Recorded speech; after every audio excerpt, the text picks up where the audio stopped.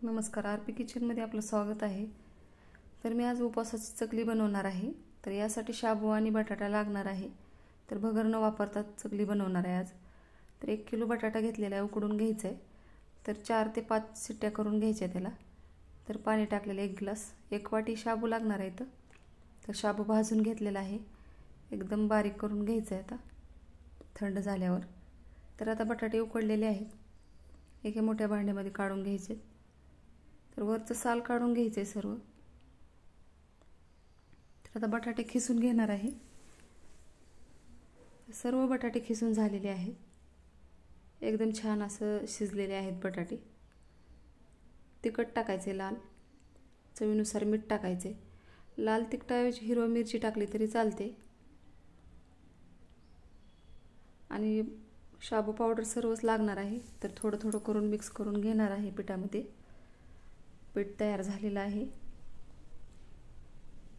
तर अशा पद्धतीचे मी थोडे थोडे गोळे घेऊन मध्यभागी हेच पाडून घेणार आहे। तर आता हे पीठ वाफवून घ्यायचे। तर कढईमध्ये स्टँड ठेवलेला आहे, पाणी टाकायचे, गॅस मोठा ठेवायचा आहे आणि चाळणी ठेवायची मध्ये तूप लावून। त्याला तूप लावलेलं आहे। तर आता हे पीठ ह्याच्यामध्ये ठेवून द्यायचे आणि 20 ते 25 मिनिटं ह्याला वाफवून घ्यायचे।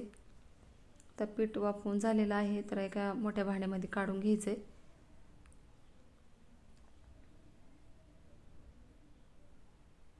तर चकली घालण्यासाठी मी घेतलेली आहे। तर शेवगा घेतलेला आहे, चकलीची प्लेट लावली आणि शेवगा भरून घ्यायचा आहे। एकदम मऊ असं पीठ तयार झालेलं आहे। जशी म्हणेल तशी गोल आकारामध्ये चकली बनते आणि एकदम खायला पण छान लागते। तर अशाच पद्धतीने सर्व चकली बनवून घेणार आहे मी।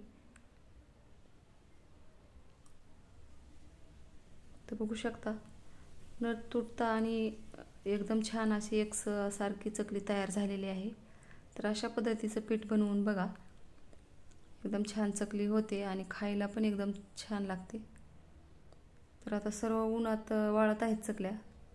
तर 4 ते 5 वाजता एकदम छान अशा चकल्या वाळून तयार झालेल्या आहेत। तर मी आता एका प्लेटमध्ये भरून घेणार आहे।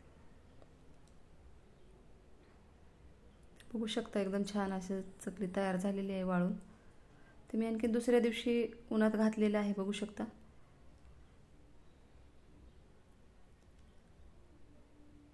तर बघू शकता, एकदम छान अशी चकली तयार झालेली आहे।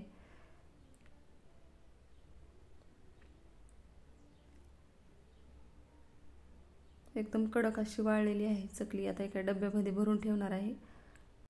माझ्या चॅनलला सबस्क्राईब करा, लाईक करा, शेअर करा। धन्यवाद।